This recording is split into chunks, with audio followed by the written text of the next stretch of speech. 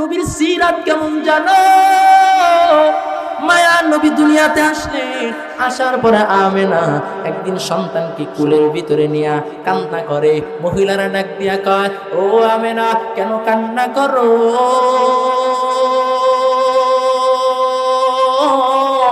ও আমেনা কেন চোখের পানি ছেড়ে কান্না করো?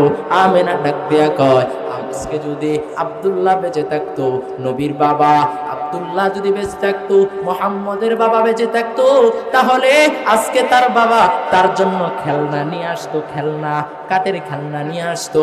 এবার আমার আল্লাহ জিবরাইলকে পাঠায় দিছে, ও জিবরাইল যাও,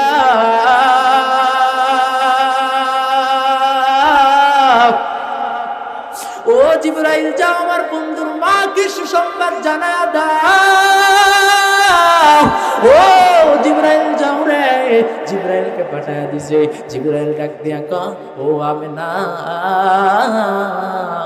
যদি আব্দুল্লাহ বেঁচে থাকতো তাহলে তো মক্কার কাঠের খেলনা কিনে দিত অথবা প্লাস্টিকের খেলনা কিনে দিত, কিন্তু অপেক্ষা করে আমেনা, সময় ঘনিয়ে আসছে, সময় হলে আমি আল্লাহ আমার নবী মুহাম্মদ আমার হাবিবকে আমার পাশে বসাবো, জান্নাত জাহান্নাম ভ্রমণ করাবো, দুনিয়া থেকে আসমানে নিয়ে আসবো। এক আসমান, দ্বিতীয়, তৃতীয়, চতুর্থ, পঞ্চম, ষষ্ঠম, সপ্তম আসমান আমি ঘুরাইবো, জান্নাত জাহান্নাম ভ্রমণ করাইবো। এরপরে আমি আল্লাহ তোমার আমার পাশে বসাইয়া আলোচনা করব, এরপরে বন্ধুকে তোমার কোলে ফিরাইয়া দিব। আমার নবী, আমার আল্লাহর নবী, এই জন্যই তো মেরাজ করাইছে। সুবহানাল্লাযী আসরা বিআবদিহি লাইলাম মিনাল মাসজিদিল হারাম ইলাল মাসজিদিল আকসা, মসজিদে হারাম থেকে মসজিদে আকসা পর্যন্ত সফর করাবে। আশিক নবী কেমন দয়াল নবী জানো?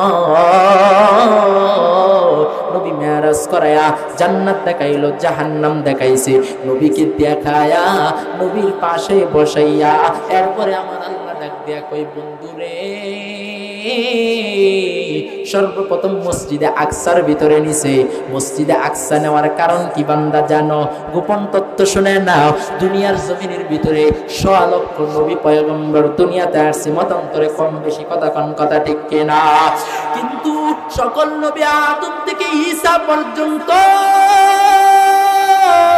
সকল নবীরা চেয়েছেন, ওগো আল্লাহ কোন মুহাম্মদ বলে একটা নবী শেষ জামানায় আসবে যার বরকত হবে অনেক বেশি, উম্মতে হায়াত পাবে অল্প কিন্তু কাজ করবে অল্প, আমল বেশি সওয়াব হবে, ওই নবীর উম্মত হতে চায়। ওই দিন আল্লাহ 100 লক্ষ নবী রাসূল ফেরেশতারা সবাইকে একসাথে মসজিদে আকসা আমার আল্লাহ নবীকে ইমামতি দাঁড়ায়া সবাই পিছনে নামাজ আদায় করেছে।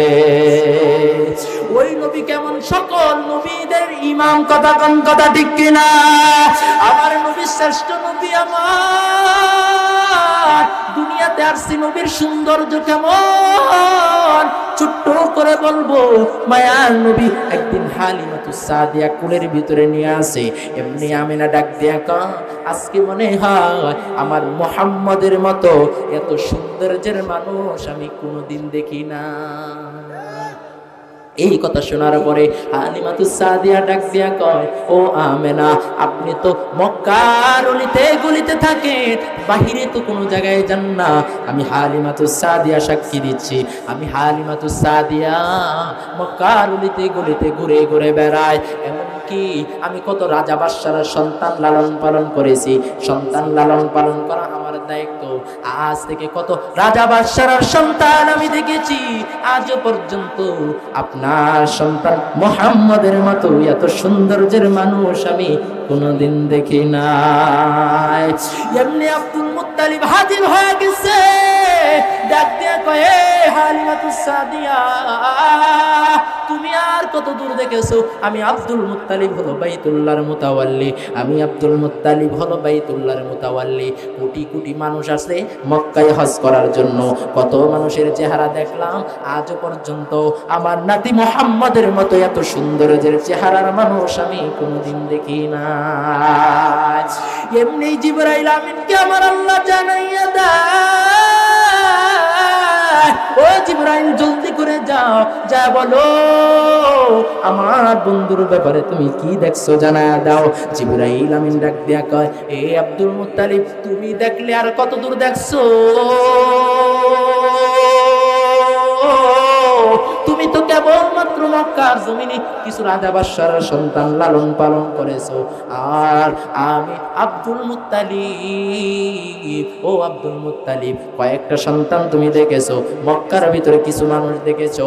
আমি জিবরাইল পাকা দিয়া, আল্লাহ এত 600 পাকা দিয়েছে, এক পাকা দিয়া উড়াল দিলে পৃথিবীর এক প্রান্ত থেকে আরেক প্রান্তে মুহূর্তের ভিতরে পৌঁছে যায়। কত মানুষের চেহারা দেখলাম, কত নবী রাসূলের কাছে আমি ওহী নিয়ে গেলাম। আজ পর্যন্ত নবী মুহাম্মদের মতো এত সৌন্দর্যের মানুষ আমি জিবরাইল দেখি নাই। আমার আল্লাহ ডাক দিয়া কই, জিবরাইল রে, তুই কেমন কইরা দেখবি রে? কারণ আমার বন্ধুর মতো দ্বিতীয় পিস দুনিয়ার জমিনে আমি আল্লাহ বানাই নাই। বলে আল্লাহু আকবার। আম্মা জান আয়েশা বলে, লানা শামসু ওয়ালিলা পাকি শামসু ওয়া শামসু তাতলাউ বাদাল ফাজরি কামা তাতলাউ বাদাল ইশা। আম্মা জান আয়েশা বলেন, দুনিয়ার মানুষের জন্য একটা সূর্য আছে, পূর্ব দিগন্ত থেকে উদিত হয়, পশ্চিমে যায় ডুবে। আর আমি আয়েশার জন্য একটা সূর্য আছে, যেই সূর্যটা এশারের নামাজের পরে আমার ঘরে উদিত হয়। আম্মা জান আয়েশা বলেন, আমি একদিন একটা সুই নিয়ে রাতের বেলা কাজ করতেছিলাম, হঠাৎ করে আমার হাত থেকে সুইটা পড়ে গেল। দুনিয়ার বাতি জ্বালাইয়া তালাশ করলাম, সুইটাকে খুঁজে পাইলাম না। হঠাৎ করে অপেক্ষা করতেছিলাম কখন আমার নবী, মায়ার নবী ঘরের ভিতরে আসবে।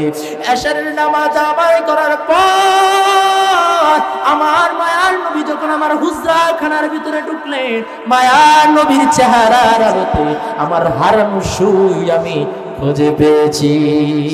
আম্মা জান আয়েশা ডাক দিয়া কয়, আজ কিছু মহিলারা ডায়া আম্মা জান আয়েশাকে ডাক দিয়া কয়, আয়েশা, দুনিয়ার ইউসুফ নবীকে দেইখা জুলাইখার বান্ধবীরা আনার কাটার বদল আঙ্গুল কেটেছে, আপনার আমার নবী কেমন সুন্দর ছিল বর্ণনা করেন।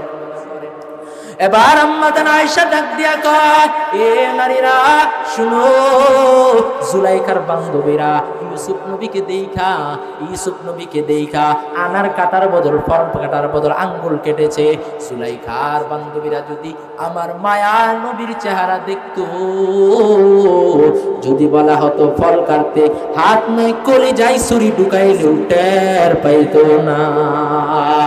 ভালো যদি বাসতে হয় নবীকে বাসো, ভালো যদি বাসতে হয় নবীকে বাসো। ওই নবী হাসরের দিন নবী ছাড়া কোনো গতি না। হাসরের ময়দানটা যখন তামা হয়ে যাবে, ওই সময় সকল নবীরা পর্যন্ত ইয়া নাফসি ইয়া নাফসি বলবে, আর আমার আপনার নবী মাকামে মাহমুদে বসিয়া দাঁড়ায় সাজদায় পড়ে বলে, উম্মতি উম্মতি আল্লাহু আকবার। ওই নবীর মিলাদ অনেক লম্বা ইতিহাস, বলবো না, এই জন্য 1 নম্বর সংক্ষেপে ছিলাম আল্লাহর নবীকে ভালোবাসতে, ঈমানকে মজা পাওয়ার জন্য, ঈমানটাকে মজবুত করার জন্য। যে যতক্ষণ পর্যন্ত আল্লাহ এবং রাসূলকে দুনিয়ার সবচেয়ে বেশি ভালোবাসবে, সে হলো সর্বশ্রেষ্ঠ, ঈমানের মজা সে পাবে। তাহলে নবীর মুহাব্বত কেমন সাহাবায়ে কেরামের সাথে ছিল। আল্লাহ নবী বলেন, আমিনু কামা আমানান নাস, ঈমান আনো তো সাহাবায়ে কেরামের মতো ঈমান, কারণ তো সাহাবায়ে কেরামের